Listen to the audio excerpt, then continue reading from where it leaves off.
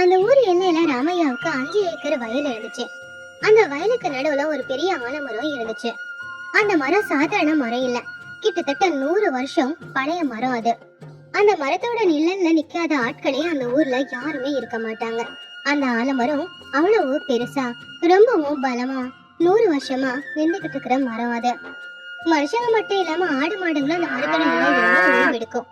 ஆனா ராமையாவுக்கு மட்டும் அந்த மரம் ஒரு எதிரி. அவனுடைய லாபத்தை அந்த மரம் எடுத்துக்கிறதா அவனுடைய நினைப்பு. அதிகமா விளைச்சல விளைய வைக்க முடியல அப்படிங்கிற யோசனை தான் அது. சரியா மதிய நேரம் உச்சி வெயில்ல வயல் வேலையை முடிச்சிட்டு வேர்வையை தொடச்சுக்கிட்டு ஓய்வெடுக்கிறதுக்காக ராமையா மரத்தோட நிழல்ல உட்கார்ந்துட்டு இருந்தான். அந்த நிழல் சுகமா இருந்துச்சு. அந்த ராமையாவோட முகத்துல ஒரு வெறுப்பு தான் இருந்துச்சு.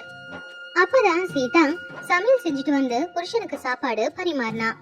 பாத்தியா சீதா, இந்த மரம் இங்க இல்லன்னு யாரு அழுதா? இந்த மரம் ரொம்ப பெருசா இருக்கு.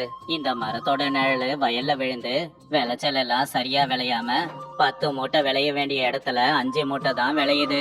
நேத்து சந்தையில ஒரு வியாபாரி சொன்னான், வயல்ல மரம் இருந்தா மண்ணோட சத்து எல்லாத்தையும் மரமே உறிஞ்சிக்கும், வயலுக்கு சத்து கிடைக்காதுன்னு. அவன் சொன்னது சரியாதான் இருக்கு. ஏங்க, அது நம்ம தாத்தா காலத்து மரம். அத போய் இப்படி திட்டுறீங்களே? அது நம்ம வயலுக்கு பாதுகாப்பா தானே இருக்கு.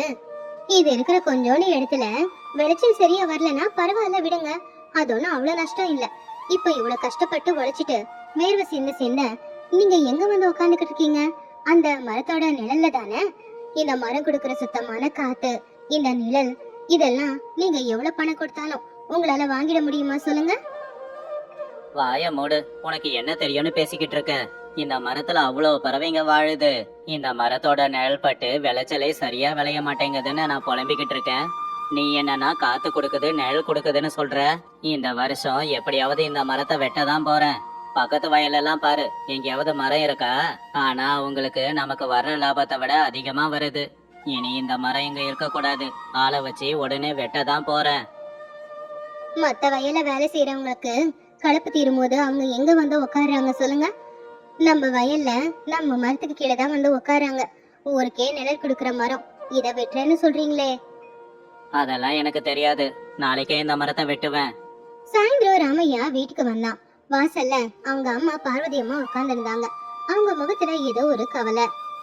டே ராமையா, பக்கத்து வீட்டு சோமையா இப்பதான் சொன்னான், நீ அந்த ஆலமரத்தை வெட்ட போறியாமே, உண்மையாவாடா? என்னால இத சுத்தமா நம்பவே முடியலடா. ஆமாமா, நாளைக்கே வெட்ட போறேன். அந்த மரம் இருக்கிற வரைக்கும் விளைச்சல் சரியா விளைய மாட்டேங்குது. லாபம் கிடைக்காம எனக்கு நஷ்டமாகுதுமா. டே பைத்தியக்காரா, அந்த மரத்தை பத்தி உனக்கு தெரியாது? சின்ன வயசுல அந்த மரத்துக்கு கீழே தானடா நீ வளர்ந்த. உங்க அப்பா சாகும் போது கூட சொன்னாருடா, பார்வதி, அந்த மரத்தை நல்லபடியா பாத்துக்கோ, அதுதான் நம்ம வம்சத்துக்கான அடையாளம் அப்படின்னு சொன்னாருடா. மரத்தை வளர்க்கறதுனால பரவாயில்ல, இருக்கிற மரத்தை வெட்டக்கூடாதுடா. அந்த மரத்துல எவ்வளவு பறவைங்க கூடு கட்டி வாழ்ந்துகிட்டு இருக்கு. அந்த பறவைங்களை அழிச்சா அதோட சாபம் நம்ம குடும்பத்துக்கு வரும்டா. ஆமா, நீ அந்த பழைய காலத்து ஆளுங்க மாதிரி பேசாத. அப்பாவுக்கு என்ன தெரியும்? அப்பாவுக்கு எதுவும் தெரியாது. எல்லாரும் ஒரு ஏக்கருக்கு 10 மூட்டை நெல் எடுக்கிறாங்க. ஆனா நம்ம வயல்ல இந்த மரம் இருக்கிறதால சரியா எதுவுமே விளைய மாட்டேங்குது. எனக்கு நஷ்டம் தான் வருது. இனி அந்த நஷ்டத்தை நான் பொறுத்துக்க மாட்டேன். அந்த மரத்தை வெட்டதான் போறேன். இயற்கை தாண்டா நம்ம கும்பிடுற கடவுள். அந்த இயற்கையை அழிக்கிறது தப்பில்ல. அப்புறம் நாளைக்கு உனக்கு தான் கஷ்டம் வரும். நான் சொல்றத கேளுடா.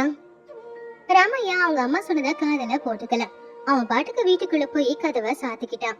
பார்வதி அம்மா வெளியில உட்காந்து அழ ஆரம்பிச்சாங்க. அடுத்த நாள் காலையில சூரியன் இன்னும் முழுசா கூட வெளியில வரல.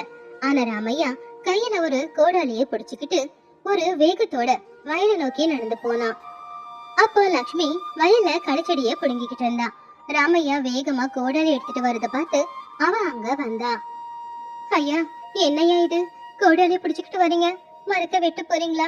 ஐயா, உங்க காலில் வேணாலும் விழுந்து கெஞ்சி கேக்குறேங்க ஐயா.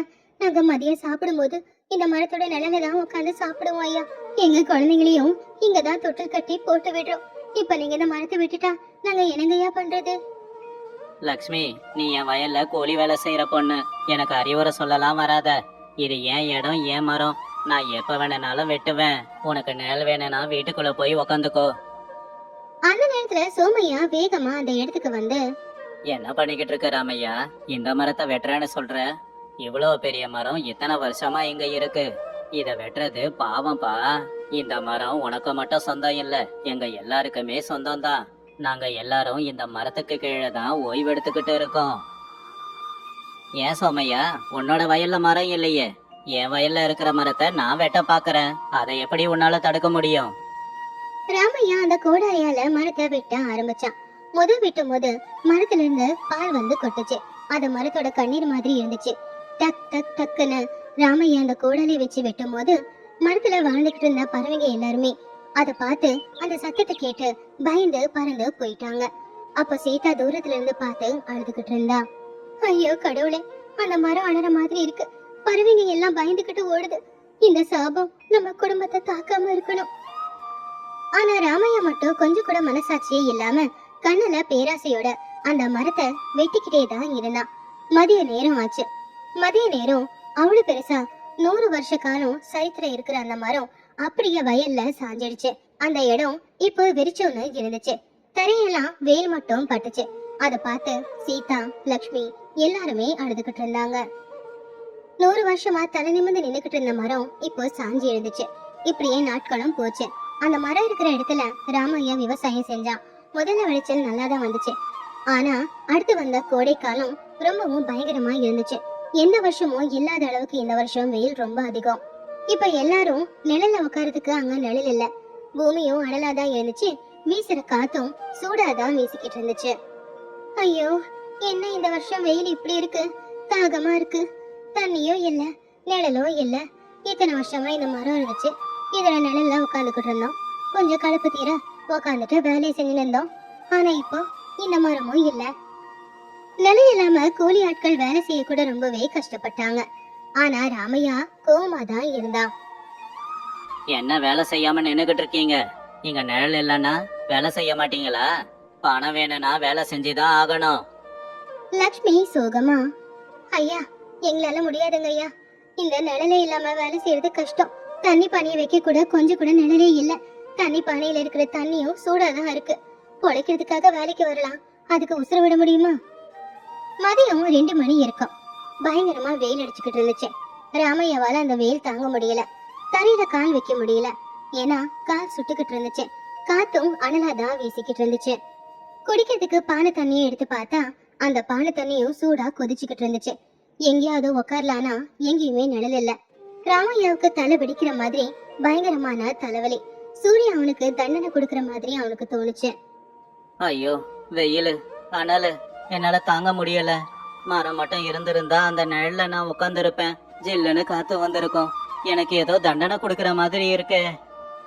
யோசிச்சுக்கிட்டு இருக்கும் போதே ராமையாவுக்கு மயக்கம் வந்துருச்சு. அவன் மரத்தை வெட்டி போட்டு அதே இடத்துல திடீர்னு மயக்கம் போட்டு விழுந்துட்டான். இது தூரத்துல இருந்து பார்த்த சோமையா, சீதா 2 பேரும் பதட்டமா ஓடி வந்தாங்க. ராமையாவோட முகத்துல தண்ணியை தெளிச்சு அவனை எழுப்பினாங்க. ராமையா முகமே செவந்து போயிருந்துச்சு. ராமையா, என்னாச்சு? வெயில் தாங்க முடியாம மயக்கம் போட்டு விழுந்துட்டியா? இப்ப புரியுதா? உன்னோட மரம் தான்ப்பா உனக்கு ஆதரவா இருந்துச்சு. இப்ப அந்த மரத்தோட நிழல் இல்லங்கறதால நீயே வெயில் தாங்க முடியாம மயங்கி விழுந்துட்ட. நீ பண்ண தப்பு உனக்கு புரியுதா? ஏங்க, அந்த மரம் மட்டும் இப்ப இருந்திருந்தா நம்ம எல்லாருக்கும் எவ்வளவு உதவியா இருக்கும். அவ்வளவு பெரிய மரத்தை வெட்டி சாச்சிட்டீங்களே, மறுபடியும் அந்த மாதிரி ஒரு மரம் நமக்கு கிடைக்குமா? ஏங்க இப்படி எல்லாம் பண்ணீங்க? சீதா, எல்லாரும் என்ன மன்னிச்சிடுங்க. நான் பண்ணது தப்புதான். ஆனா ஏதோ விளைச்சல் அதிகமா விளையணும், லாபம் அதிகமா கிடைக்கணுங்கிற பேராசையில 100 வருஷம் பழைய மரத்தை வெட்டிட்டேன். ஆனா எனக்கு இப்பதான் தெரியுது, அந்த மரம் எனக்கு எதிரி இல்ல, தாய் மாதிரின்னு. நான் இப்ப தாய் இல்லாத அனாதையா நிக்கிறேன். அந்த நேரத்துல பார்வதி அம்மா அங்க வந்து, இப்பதான் உனக்கு புரியுதா? அன்னைக்கு பெத்த தாய் நான் சொன்னனே, அப்போ நீ கேட்டியா? கேட்கல. அதுக்கான தண்டனையை தாண்டா இப்போ நீ அனுபவிச்சுக்கிட்டு இருக்க. ஐயா, உங்களுக்கு மட்டும் இல்ல, அந்த மரம் எங்களுக்கும் அம்மா மாதிரி தான். அதோட நிழல தான் இத்தனை நாள் இருந்தோம். இப்ப அம்மா இல்லாம நாங்களும் அனாதையா தான் இருக்கோம். எல்லாரும் என்ன மன்னிச்சிடுங்க. நான் பண்ண தப்ப நான் உணர்ந்துட்டேன். இந்த மரத்தை என்னால மறுபடியும் உயிரோடு கொண்டு வர முடியாது. ஆனா அதுக்கு பதிலா நான் வேற பிராயச்சித்தம் பண்றேன். என் வயல்ல நிறைய மரங்களை வளர்க்க போறேன். விளைச்சல் கம்மியானா பரவாயில்ல, ஆனா நிறைய நிழல் கிடைச்சா போதும் அப்படின்னு சொன்னா ராமையா. இப்படியே சில நாட்களும் போச்சு. ராமையா, சீதா எல்லாரும் சேர்ந்து அவங்க வயல்ல நிறைய மரங்களை வளர்க்க ஆரம்பிச்சாங்க. எல்லா வேலையும் செய்யும் போது ரொம்ப சோர்வா இருந்தாலும் கூட, ஏங்க இந்த செடியெல்லாம் எப்ப வளர்ந்து பெருசாகும்னு தெரியலல்ல. என்னைக்கு வளருதோ வளரட்டும். நானே இல்லைனாலும் இந்த மரம்லாம் வளர்ந்து ஊர்ல இருக்கிற எல்லாருக்கும் நிழல் கொடுக்கும். என்னோட பிள்ளைங்களுக்கு நான் சொல்லி கொடுப்பேன், இந்த மரத்தை மட்டும் நீங்க வெட்டிடாதீங்க, அப்புறம் அனாதை ஆயிடுவீங்கன்னு. அப்ப திடீர்னு ஆகாயத்துல இருந்து மரத்துளி ராமையா மேல பட்டுச்சு. அது ஆகாயத்தோட ஆனந்த கண்ணீர் மாதிரி இருந்துச்சு. அந்த கண்ணீர் துளி ராமையாவை நான் மன்னிச்சுட்டேன் அப்படின்னு அந்த ஆகாயம் சொல்ற மாதிரி இருந்துச்சு.